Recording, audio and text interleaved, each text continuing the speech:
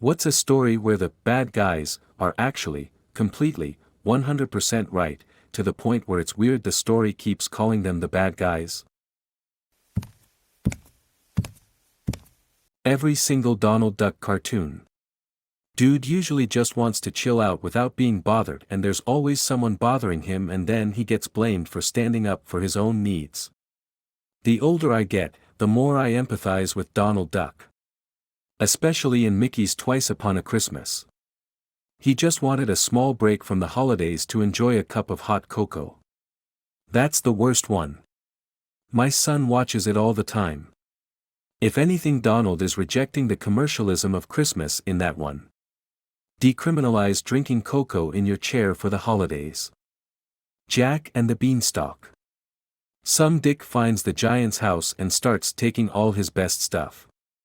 And then Jack chopped down what was the world's last beanstalk, adding murder and ecological terrorism to the theft, enticement, and trespass charges already mentioned, and all the giant's children didn't have a daddy anymore. Mrs. Doubtfire, because Pierce Brosnan was really nice and was a lonely middle-aged man who wanted a family, but Mrs. Doubtfire was so mean to him and even tried to kill him with pepper knowing he was allergic. Don't forget that drive-by fruiting. Peter Pan. The pirates are just grown-up lost boys that he brought to Neverland. They just want to leave and return to their lives. Also, if you read the book, he's been kidnapping Wendy's female ancestors for hundreds, maybe thousands of years. Every time the laundry and dirty dishes stack up too high, he goes to Earth and finds a Wendy to come clean up for him, so he never, ever has to clean up for himself. At the end of the novel, he makes a deal with Wendy's parents that she can come to Neverland to take care of him for a few weeks every year. And when she gets too old, he takes her daughter, and then her daughter, and then her daughter. The Wendys never get to go on any of the adventures, of course, just stay back at headquarters and cook and clean for a team of disgusting and poorly behaved boys. Tom the Cat. He was trying to rid of a mouse that frequently stole food and trashed the house. Tom was just doing his job as the cat of the house. Jerry used to instigate and taunt him. One time he got Tom punished and he got his head chopped off by the guillotine. They flipped this around in Mistborn. In Mistborn, there's like a Darth Vader-style supervillain ruling the world in a cruel manner. The first book is the good guys fighting him and killing him. Then the next two books are them realizing that there was this magical evil force that the bad guy had defeated a long time before the events of the book and had been actively preventing from returning. When the good guys killed the bad guy, they freed the evil force and things got a whole lot worse than they had been.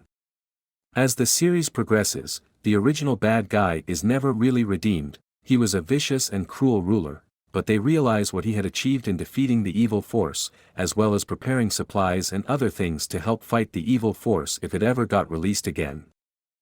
The bad guys, in bravely default, try to stop the four protagonists from completing their goal pretty much from the start if the game. At around 2/3 to 3/4 into the game, it turns out that they were trying to stop them, because the protagonists had been tricked by an ally into actually doing the bad thing. So not only were the bad guys trying to actually save the world, the protagonists were actually the ones that almost ended the world in the first place. Where the Fairy Flies, the change in the title screen toward the end really blew my mind a bit. Continuum is a sci-fi show where terrorists travel back in time from the near future to try and change history. The main character gets trapped in the past with them and has to try and prevent them from changing anything. Except the future they are trying to change is one where society is ruled by a corporate Congress, humans' rights are basically out the window and things are pretty fucked up. From the get-go you kind of want the bad guys to win. That's arguably the point of the whole show though. By the end the main character agrees that she was wrong. Peter Rabbit. He was a thief, a glutton, a trespasser, a burglar. A naughty little rabbit. Meanwhile, Mr. McGregor only wanted to produce something of value and feed his family. The hyenas in The Lion King. They've been exiled to starve in the elephant graveyard by Mufasa for no apparent reason, except the lions don't like them. When the hyenas do their song about taking over, all they sing about is how they'll have food. Except when the hyenas actually take over, they start overhunting for fun. And that's why the kingdom is in disarray when Simba returns. King Triton. He was trying to wrangle in his 16-year-old who, as the youngest tend to do, had zero desire to listen to her dad. On that note, Ursula also understood how dumb Ariel was being for wanting to give up her voice for a dude, so she sang her an entire song about it and catfished the prince to show Ariel his true colors. Edit, guys, it's a fairy tale. Chill. It's not that serious.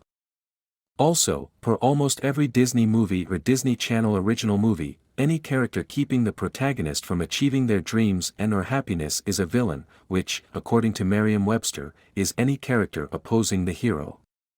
Also, keeping in mind who the target audience is, children, specifically little girls, King Triton is most definitely not considered a good guy for keeping his daughter from true love.